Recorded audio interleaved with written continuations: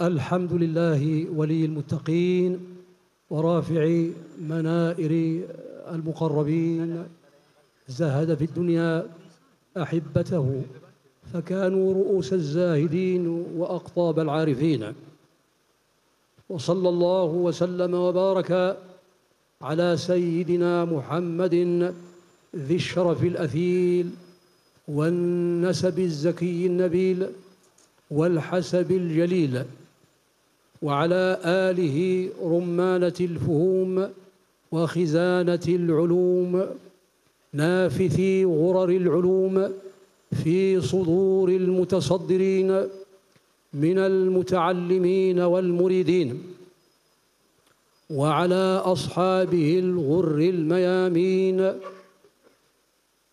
ناظروا طلعة البهية والمحيا القسيم الوسيم، شهدوا تنزل الوحي المبين، وجاهدوا بين يدي رسول رب العالمين، وأورثوا العلم الأول والوحي الأجزل لمن وراءهم من التابعين وتابعيهم بإحسان إلى يوم الرفع والعرض على رب العالمين.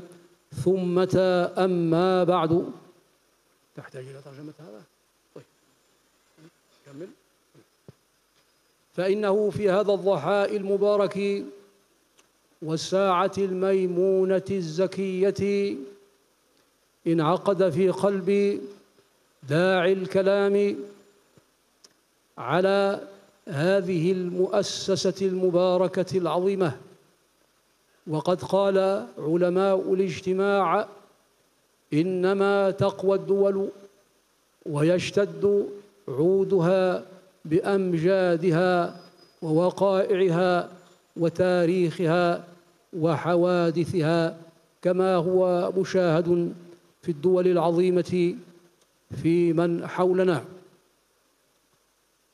وإن نسينا فلا ننسى أن نذكر الدولة التي أقامها سيدنا محمد رسول الله صلى الله عليه وآله وسلم، وما تحفل به من الوقائع العظام والأحداث الجسام والمواقف المشرفة النبيلة.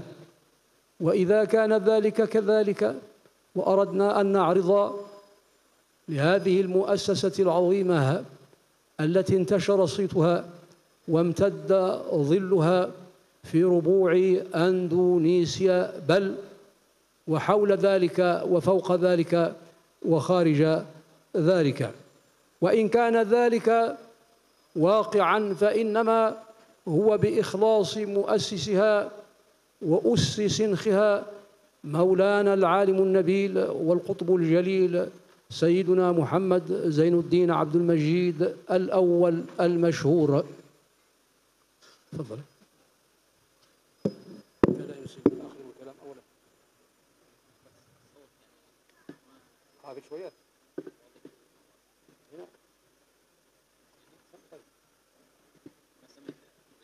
طيب.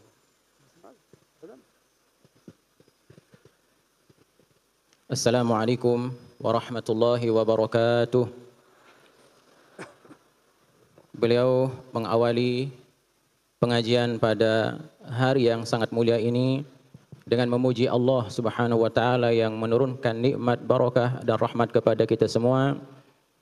Kemudian bersalawat kepada baginda Nabi Muhammad sallallahu alaihi wasallam. Beliau memuji baginda Rasulullah sallallahu alaihi wasallam dan para sahabat dan para tabi'in, karena beliau itulah yang menjadi wasilah, yang menjadi pipa-pipa ilmu sehingga sampai kepada kita semua. Apa yang kita rasakan, apa yang kita pahami, itu adalah nafas, itu adalah ilmu yang telah disampaikan oleh para sahabat, para tabi'in, para ulama dengan nafas-nafas suci mereka, sehingga ilmu itu sampai kepada kita semua. Dan alhamdulillah ilmu itu dibawa oleh guru kita semua, Al-Qutbul Aqtab, yaitu Asy-Syaikh Maulana Asy-Syaikh Muhammad Zainuddin Asy-Syaikh Muhammad Zainuddin Abdul Majid Al-Anfanani. Apa yang kita saksikan pada hari yang sangat mulia ini di waktu yang penuh dengan barakah ini adalah wujud nyata dari ikhlas al-muassis, keikhlasan dari muassis dari Jam'iyah Nahdlatul Watan dan keikhlasan muassis Ma'had Darul Quran wal Hadis yang kita rayakan atau yang kita senggarakan zikrul hauliyahnya pada hari yang sangat mulia ini. بارك الله فيك وسددك وألمك. وإذا أردنا أن ننحو بالكلام على هذه المؤسسة كما ينحو مؤرخو الأمم والملوك،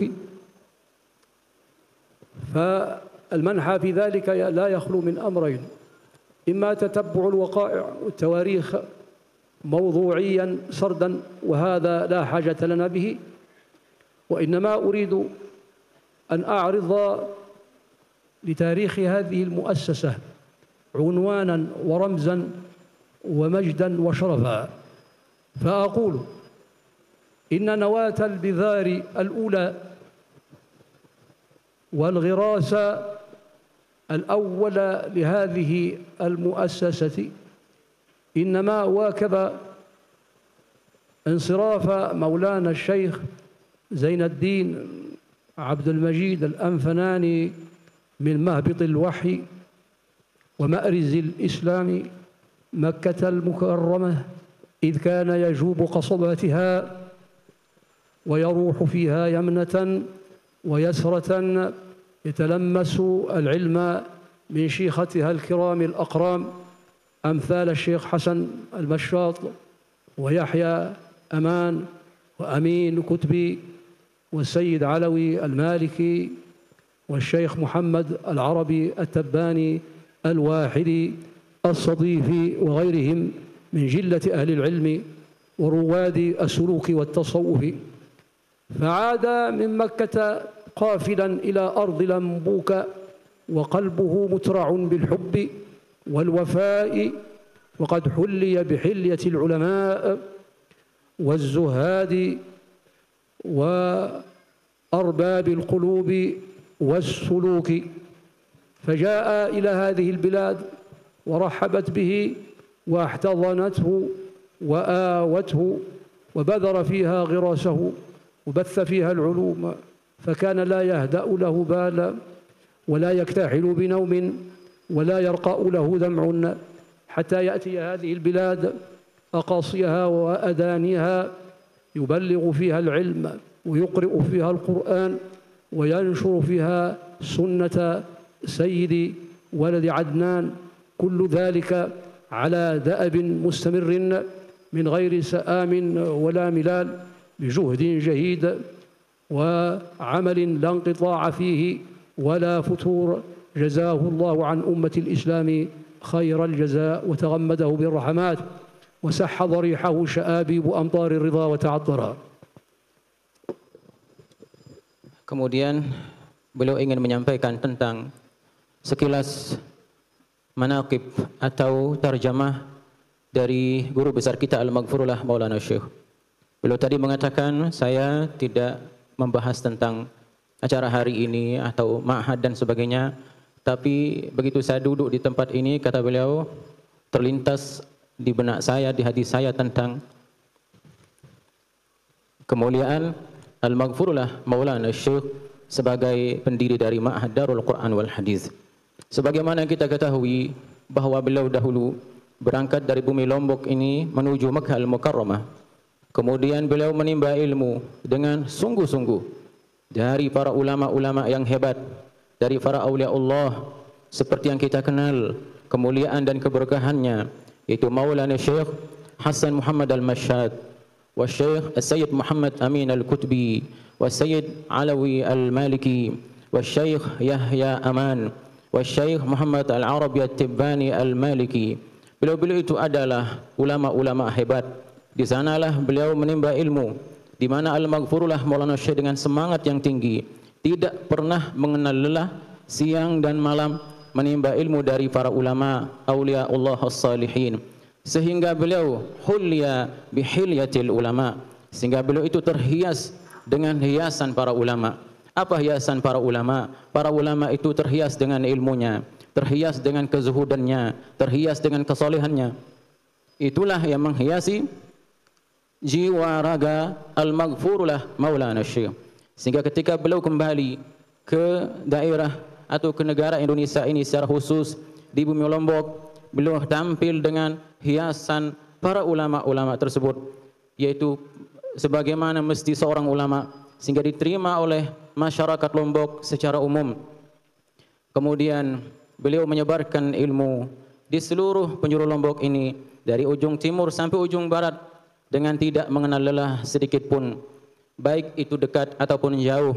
Dan itu terus beliau laksanakan sampai akhir hayatnya, dan itulah yang kita rasakan keberkahan beliau sampai hari ini. Mudah-mudahan kubur beliau Allah jadikan tempat turun rahmat dan barakah seterusnya. Amin ya rabbal alamin.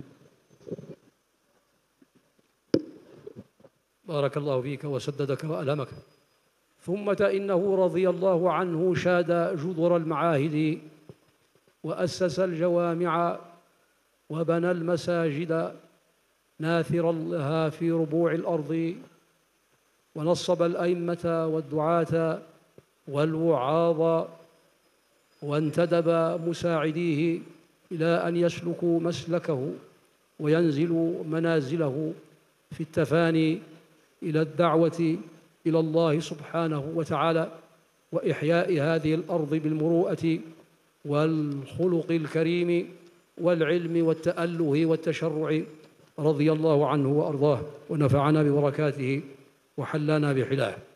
ثم إنه قد سرت هذه الخلافة إلى بضعته الطاهرة الناسكة الزاهدة المجاهدة سيدتنا ريحان رضي الله عنها وأرضاها ونفعنا بها وأنزل عليها الشفاء وأنجع فيها الدواء ودفع عنها الضراء والبأساء بفضله ومنه وقربه وتحننه سبحانه وتعالى. فقامت في إنجاح المساعي أيما قيام، وقد رمقتها بعيني وأدركت عصرها الميمون، فكانت مذ إطلالة الفجر الأولى تشهد صلاة الجماعة حاضرة، أي صلاة الغداة في هذا المسجد، ثم بعد ذلك توزع أوقاتها وتقسمها، فإما تراها داعية أو زائرة مريضا في سبيل الله، أو مؤسسة مسجدا أو معهدا أو مدرسة أو غير ذلك من أنواع الخيور وفصول المبرات، رضي الله عنها وأرضاها وجزاها عنا وعن الإسلام خير الجزاء. آمين.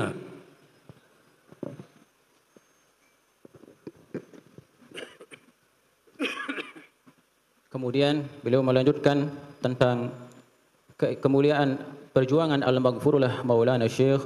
Al-Maghfurullah Maulana Syekh, beliau mengatakan bahwasanya Al-Maghfurullah Maulana Syekh dahulu telah mendirikan lembaga-lembaga pendidikan, madrasah-madrasah yang terus berkembang sampai hari ini menjadi perguruan tinggi, wal masajid, dan beliau dari awal telah mendirikan beberapa masjid-masjid sehingga beliau bergelar dengan Abul Madaris wal Masajid, dan beliau telah mencetak kader-kader yang tangguh, entah itu sebagai dai, sebagai ustadz, sebagai dosen, sebagai pengajar, sebagai pejuang yang terus berjuang mengikuti jalan beliau yang berjuang dengan ikhlas lillahi subhanahu wa ta'ala. Kemudian perjuangan beliau itu, kepemimpinan beliau itu mengalir keberkahannya, mengalir kebaikannya kepada yang kita semua saksikan, yaitu kepada Ummuna Al-Barrah An-Nasika Al-Mujahidah Sayyidatuna Ummuna Hajjah Siti Raihanun Zainuddin Abdul Majid. Mudah-mudahan beliau diridhai oleh Allah Subhanahu wa taala. Mudah-mudahan Allah menurunkan obat kesembuhan bagi beliau, dan mudah-mudahan beliau diberikan kesehatan, keafiatan oleh Allah Subhanahu wa taala untuk terus melanjutkan perjuangan Al-Maghfurullah Maulana Syekh. Saya saksikan dari pertama sekali saya hadir di tempat ini, kata beliau, yaitu kesuksesan Al-Maghfurlah Maulana Syekh bisa saya saksikan dari apa yang dilanjutkan oleh penerus-penerus beliau. Tradisi-tradisi yang sangat baik di mana beliau itu telah mengajarkan kepada kita semua membagi waktu dan memanfaatkan waktu dengan sebaik-baiknya. Yang pertama diawali dengan salat subuh berjamaah, kemudian dilanjutkan dengan zikir-zikir, wirid-wirid dan doa. Ini adalah warisan yang terbaik yang telah diajarkan, ditanamkan oleh guru kita Al-Maghfurullah Maulana Syekh. Kemudian Al-Maghfurullah Maulana Syekh itu telah membagi waktunya untuk berjuang, membangun madrasah, pondok-pondok pesantren, membangun masjid, dan terus beliau menyebarkan ilmu di majelis-majelis dakwah, di majelis-majelis pengajian. Itu sungguhnya adalah kebaikan-kebaikan yang telah beliau tanamkan, yang telah beliau sebarkan. Oleh karena itu pantas kita terus mendoakan beliau, mudah-mudahan Allah Subhanahu wa taala memberikan beliau balasan yang terbaik dan lebih baik dari apa yang kita harapkan. Amin amin ya rabbal alamin. بارك الله فيك وسددك وألهمك وفهمك. ثم وافانا العصر الميمون والعهد الأسعد المبارك بامتداد سراية هذا الاستخلاف قدرا من الله مرضيا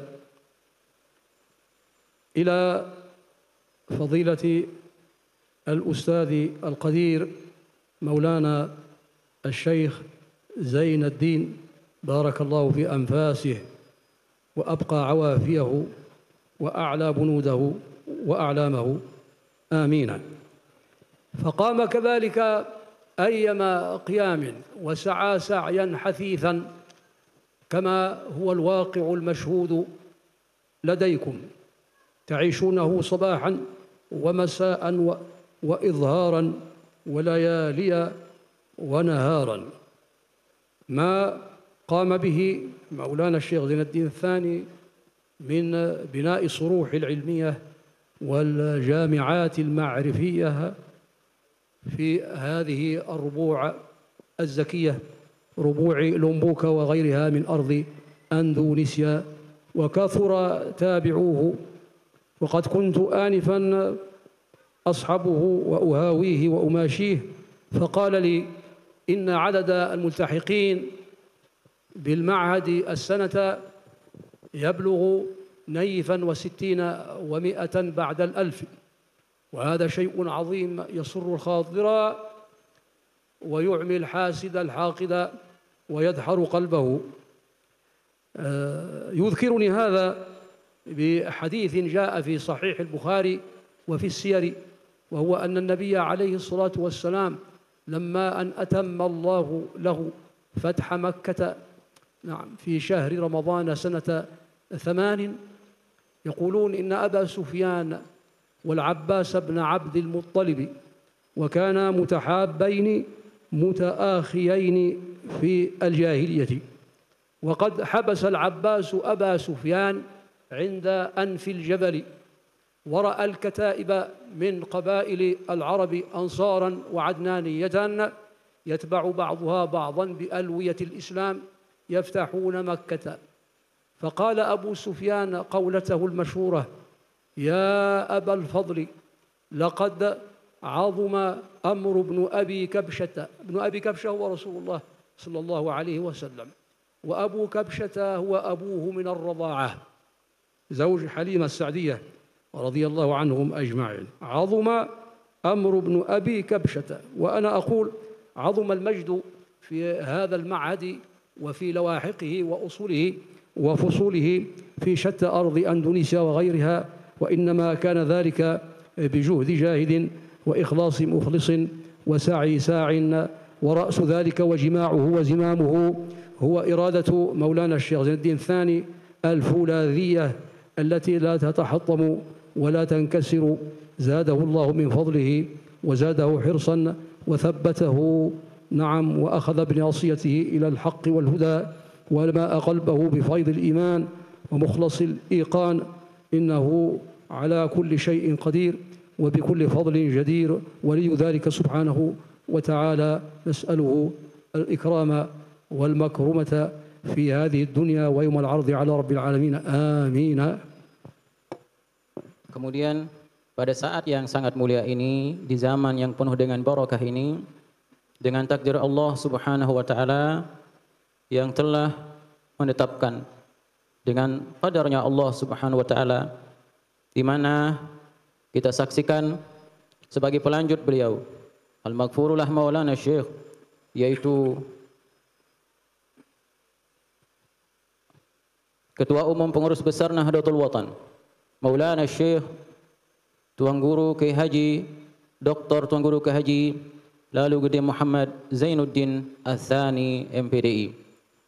Beliau yang pada saat ini sebagaimana kita ketahui sebagai penerus dari perjuangan Al-Maghfurullah Maulana Syekh Muhammad Zainuddin Abdul Majid Al-Amfanani Al-Awwal. Kalian saksikan semua, qama ayya qiyamin. Beliau telah menjalankan amanah itu dengan sungguh-sungguh. Qama ayya qiyamin, menjalankan amanah dengan sungguh-sungguh, dengan semangat, tidak mengenal lelah, tidak mengenal istirahat siang dan malam, berpikir untuk Nahdlatul Watan ini, untuk muassasah ini, untuk organisasi yang tercinta ini. Ta'ishuna sabahan wa masa. Kalian lihat sendiri, pagi, siang, malam berjuang untuk membesarkan organisasi Nahdlatul Watan, untuk melanjutkan Ma'had Darul Quran wal Hadis yang telah dirintis oleh pendirinya, muassisnya, yaitu Al-Maghfurullah Maulana Syekh Muhammad Zainuddin Abdul Majid Al-Amfanani Al-Awwal. Tadi saya dengar informasi, kata beliau, bahwasanya yang masuk sebagai tulab talibat baru di Ma'had pada tahun ini sebanyak 1.160 orang tulab talibat. Ini sungguhnya adalah satu keistimewaan, satu kemajuan, satu perkembangan yang sangat-sangat signifikan, yang luar biasa, yang perlu disyukuri. Tidak akan terwujud ini semua kecuali karena keberkahan dan keikhlasan. Ketika saya melihat al-jumu'ah al-katsirah yang hadir yang banyak sekarang ini, dengan kemajuan Ma'had yang terus-menerus yang saya saksikan setiap tahun, maka saya teringat apa yang terjadi pada saat Fathu Makkah dahulu, di mana Fathu Makkah tersebut terjadi pada bulan suci Ramadan. Bertemulah pada saat itu yaitu Abu Sufyan dan Abbas. Abu Sufyan dan Abbas ini kana rajulaini mutahabbaini fil jahiliyah, adalah dua sosok manusia yang sangat-sangat akrab di masa jahiliyahnya, dan begitu pula setelah dia masuk Islam. Nah, ketika Fathu Makkah terjadi, maka Sayyiduna Abbas menemui Muawiyah bin Abu Sufyan, menemui Abu Sufyan. Ketika melihat para sahabat yang begitu banyak hadir mengawal Nabi, kurang lebih sekitar 10.000 orang, maka Abbas berkata kepada Abu Sufyan, "Wahai Abu Sufyan, kau saksikan bagaimana perkembangan pengikut Nabi Muhammad sallallahu alaihi wasallam. Orang-orang yang ada di sebelah gunung tersebut, mereka berduyun-duyun, berbondong-bondong masuk Islam. Apa yang kau pahami dari ini semua?" Apa kata Abu Sufyan? Saya katakan, laqad amira amru Abi Kabsyata ay azuma. Oh, yang saksikan pada saat ini adalah ternyata apa yang disebarkan atau perjuangan dari Nabi Muhammad itu sungguhnya telah berhasil. Dia telah sukses menyebarkan Islam.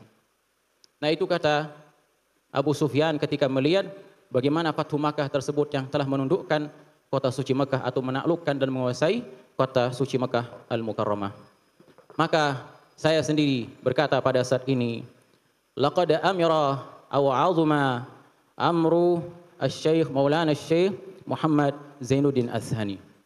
Apa yang dikatakan oleh Abu Sufyan dulu, maka saya katakan juga kepada Maulana Syekh Muhammad Zainuddin Ats-Tsani, di mana beliau bisa mengembangkan Ma'had, alhamdulillah, seperti yang kita saksikan sekarang ini. Oleh karena itu, dengan iringan doa yang sangat panjang sekali beliau sampaikan tadi, yang terkhusus kepada Ketua Umum Pengurus Besar Nahdlatul Watan, sekaligus menjadi Syekhul Ma'had dan sekaligus menjadi Amidul Ma'had. Beliau mendoakan secara khusus dengan doanya yang sangat panjang agar tetap diberikan kekuatan, kesehatan, kemampuan untuk terus bisa menjalankan amanah yang diembankan oleh muassis Nahdlatul Watan ini, itu oleh Al-Maghfurlah Maulana Syekh Tuan Guru Kaji Muhammad Zainuddin Abdul Majid. بارك الله فيك وعليك ولعلني أختم بهذه الفقرة دفعا للسآمة والملال وأقول إنكم بفضل الله ومنه وكرمه لتنعمون بهذه النعم المتتالية وتزدهون بهذه المنن المترادفة وقد أحاطتكم العوافي بأكنافها وإذا كان ذلك كذلك فقد عظم عليكم أمر التكليف وهو القيام برسم الشكر لله عز وجل والشكر لمن أحسن إليكم. وهذه الإنسانية وهذه المروءة وهذه الفضيلة ولقد كرمنا بني آدم يحصل هذا حتى من الكفار حتى من الملحدين لأن كل منهم يصدق عليه اسم إنسان وهذه الإنسانية مقابلة النعم والإحسان بالشكر المردف. وأنتم إذ كنتم كذلك تعين عليكم شكر الله عز وجل برسم الطاعات واجتناب المنهيات وكذلك الدفع إلى الأمام في رقي مدارج العرفان حتى الوصول إلى حضرة الملك القدوس. وهذا تمام الشكر والشكر لا يتم. لا أحصي ثناء عليك أنت كما أثنيت على نفسك. وكذا إسداء الشكر لمن بوأه الله عليكم إماما وقائدا ومتبوعا أقصد الشيخ زين الدين الثاني باركه الله وفي أنفاسه آمين. لا تختلفوا عليه وأطيعوه في المعروف لأن الوحدة قوة والفرقة ضعف ولا تنازعوا فتفشلوا وتذهب ريحكم وأنتم في قوة وحدة والحمد لله تعالى. فحافظوا على هذه النعمة وأحيطوها بالشكر. ولا أنسى مساعديه ومندوبيه من الشيخة الكرام والمديرين والعملة المنسوبين إلى هذه المؤسسة العظيمة. إذن احفظوا نعمتكم هذه، احفظوها عليكم بالطاعة لله عز وجل ومعرفة أقدار ذوي الأقدار، نعم، والرجوع إلى رأيهم والانفتال والانصراف عن مشورتهم. لا تختلفوا عليهم وعليكم بالوفاء إذ أخذتم العهد وأوفوا بالعهد إن العهد كان مسؤولا. يا أيها الذين آمنوا أوفوا بالعقود، يا أيها الذين آمنوا أوفوا بالعقود. والخيانة من أعظم الشؤم ومن أرذل الأوزار التي يتلبس بها بعض من قضى الله عليه بذلك. يقال إن الإنسان يجيء يوم القيامة بغدرته وهي محمولة على ظهره أو عنقه، يراه أهل المشهد كلهم زيادة في فضيحته وتسجيلا على خسته، نسأل الله العافية من ذلك. وقد قال شاعر العرب: لقد فاض الغدر وغاض الوفاء فشتان ما بين الوفاء والغدر. والله تعالى أعلم وعلمه أحكم، وصلى الله وسلم وبارك على مولانا وسيدنا محمد النبي الأمي وعلى آله عدد كمال الله وكما يليق بكماله. آمين. Kemudian beliau berkata, wa akhtim, kata beliau, saya akan tutup apa yang saya sampaikan pada kesempatan yang sangat mulia ini, yaitu alhamdulillah kita sudah banyak sekali menikmati nikmat-nikmat Allah Subhanahu wa taala.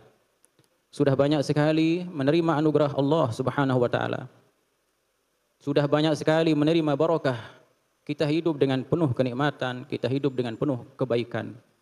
Maka azuma alaikum asyukur, perkara yang paling dituntut dan paling agung dan paling tinggi adalah kewajiban kita bersyukur kepada Allah Subhanahu wa taala. Allah setiap waktu, setiap saat memberikan kita anugerahnya setiap detik, maka pantaslah kita menjadi hamba-hamba yang bersyukur. Allah telah memuliakan kita menjadi manusia. Walaqad karramna bani Adam. Kami telah memuliakan manusia itu. Hatta al-kuffar, kata beliau, sekalipun dia kufur. Dari sisi manusianya, dia sudah mulia dari segi fisiknya. Kita tidak berbicara tentang iman dan sebagainya, tapi dari sisi manusianya sudah ada nikmat Allah Subhanahu wa taala. Apalagi kita ini menjadi orang-orang beriman, menjadi pilihan-pilihan Allah, diberikan ilmu oleh Allah, maka kewajiban adalah bersyukur kepada Allah atas nikmat-nikmatnya yang terus mengalir kepada kita, dan nikmat Allah yang terbesar adalah dukhul jannatil irfan, yaitu masuk dalam surganya irfan itu, yaitu ma'rifatullah, yaitu kita dapat mengenal Allah SWT dengan ilmu yang dibawa oleh guru-guru kita, terutama oleh Al-Maghfurullah Maulana Syekh. Ya tentu di akhirah nanti mudah-mudahan kita semua mendapatkan nikmat yang paling sempurna, yaitu masuk ke dalam surganya. Amin ya rabbal alamin. Itu kepada Allah. Dan juga kewajiban bersyukur dan berterima kasih itu tidak hanya kepada Allah, tapi kewajiban kita bersyukur kepada orang-orang yang telah dijadikan oleh Allah jalan datangnya nikmat itu, menjadi sebab hadirnya nikmat-nikmat itu kepada kita semua. Terutama yang menjadi sebab hadirnya nikmat itu, terpeliharanya nikmat itu kepada kita semua adalah adanya pemimpin-pemimpin kita yang mengajak kita untuk terus berbuat baik. Alhamdulillah kita di Nahdlatul Watan ini ada pemimpin kita yang saya khusus saya sebut, kata beliau itu Maulana Syekh Muhammad Zainuddin Ats-Tsani. Beliau adalah pemimpin kita, pemimpin kalian di Nahdlatul Watan ini. Ini adalah nikmat Allah Subhanahu wa taala tentu, yang kalian semua wajib bersyukur dan wajib berterima kasih. Bagaimana cara bersyukur? Ikuti, taati, sami'na wa ata'na atas apa yang beliau arahkan, beliau sampaikan. Jaga persatuan, kata beliau. La takhtalifu li'anna al-ikhtilaf fashal wa syu'um. Karena perselisihan, perpecahan itu adalah kerugian. Kerugian yang paling besar itu adalah perpecahan. Oleh karena itu, beliau mengulangi berkali-kali, jaga persatuan, ikuti apa kata arahan pemimpin, jaga sami'na wa ta'na, maka insyaallah Nahdlatul Watan terutama ma'had ini akan terus terjaga dan berkembang sampai seterusnya. Kemudian beliau pesankan kepada kita semua, ikuti juga musaidiha, yaitu para pejuang-pejuang yang mengikuti jalan beliau. Ikuti. Jangan sampai berbeda, jangan sampai ke jalan-jalan yang lain. Jaga persatuan dan jaga persatuan. Ihfadhu ni'matakum hadhihi, kata beliau. Jaga nikmat Allah yang satu ini. Nikmat ma'had, nikmat ada pemimpin, nikmat Nahdlatul Watan, nikmat ilmu. Ini semua jaga. Ya. Dan kata beliau, harus kita perhatikan ma'rifatu zawil aqdar. Harus kita kenal dan menempatkan orang-orang yang harus dihormati. Hormati orang yang harus dihormati. Jangan tidak hormat pada orang yang harus dihormati. Itu namanya ma'rifatu zawil aqdar. Menilai orang jangan sama. Itu artinya. Menilai orang itu tidak boleh sama. Kenapa? Karena masing-masing punya nilai, punya harkat, punya marwah, punya martabat. Jadinya belum menekankan ma'rifatu zawil aqdar. Orang yang harus dihormati, hormati. Punya kedudukan, hormati. Punya kemuliaan, hormati. Kita di Nahdlatul Watan ini, pemimpin-pemimpin yang harus kita hormati, harus kita hormati. Itu namanya ma'rifatu zawil aqdar. La takhtalifu. La takhtalifu. Berkali-kali berulangi. Jangan berpecah belah. Jaga persatuan dan jaga persatuan. Alaikum bil wafa. Hendaklah kalian terus setia dengan janji-janji setia yang telah kalian ikrarkan. Ketahuilah, kata beliau, Allah berfirman, aufu bil uqud. Aufu bil uqud. Ya, hendaklah kalian jaga dengan sebaik-baiknya ikrar baiat yang telah kalian ikrarkan tadi. Dari sejak kita masuk di ma'had ada baiat. Kemudian tamat di ma'had juga ada baiat. Itu harus dijaga dengan baik. Jangan sampai baiat itu diabaikan. Karena kalau baiat itu diabaikan, itu namanya al-khiyanah. Khianah, kata beliau, adalah min arzal asyum, yaitu penghilang keberkahan yang atau perbuatan yang menjauhkan orang dari keberkahan. Asyum, orang yang tidak punya barokah itu namanya masyum. Dalam ilmu faraid namanya masyum. Akhul masyum itu orang yang tidak mendapatkan bagian. Barokahnya, hilangnya barokah itu adalah dengan sebab berkhianat. Beliau mengingat satu hadis bahwasanya nanti di akhirah yuja'u yaumal qiyamah, akan dihadirkan pada hari kiamat orang-orang yang khain, orang-orang yang berkhianat dalam bentuk apapun khianatnya. Dibangkitkan, tertulis di punggungnya ghadir, yaitu orang yang berkhianat atau khain. Padahal mereka sudah dikumpulkan bersama orang-orang hina, tapi masih saja ditulis di punggungnya itu khain, ghadir, pengkhianat. Apa kata beliau? Ini dalun ala khisyatihi indallah. Ini menunjukkan kerendahan kedudukan dia di sisi Allah Subhanahu wa taala, karena hinanya di hadapan Allah Subhanahu wa taala. Ini yang ingin saya sampaikan pada kesempatan kali ini. Sekali lagi kata beliau, ati'u amirakum, ya hendaklah kalian ikuti arahan pimpinan. Apa arahan beliau? Taati, ikuti dan jaga persatuan, jaga ma'had dan jaga nikmat Allah yang agung ini. Mudah-mudahan kita semua diberikan barakah dan selalu dijaga oleh Allah, terutama pemimpin-pemimpin kita di Nahdlatul Watan.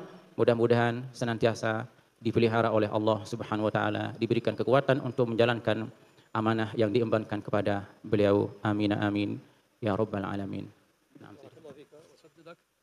أقول لقد جرت العادة أنني كلما وافيت هذه البلاد المباركة نظمت قصيدا اعترافا وامتنانا بحقها، وهذا أقل الواجب.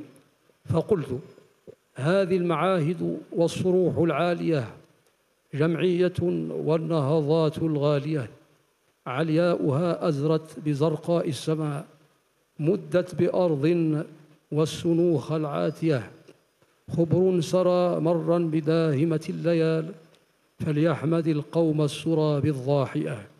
فيها العلوم تدار ثم بأكؤس،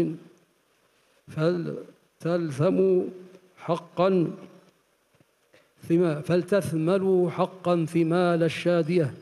شيخ بها طرق الهدى فالزمهم، أسد الغضا قد أصعدت للرابية. ذي فتية رواحة غداءة تبغي الهدى من ذي البحور الضافية. كائن ترى من ألمعي اللوذع، أنفاسه تحكي التسابح صافية. وقطبها الزين أسها بذر النواة والمقاصد هادية. تباركت الأجواء والسعد مقبل، كما النحس يدبر والصوارم قاضية.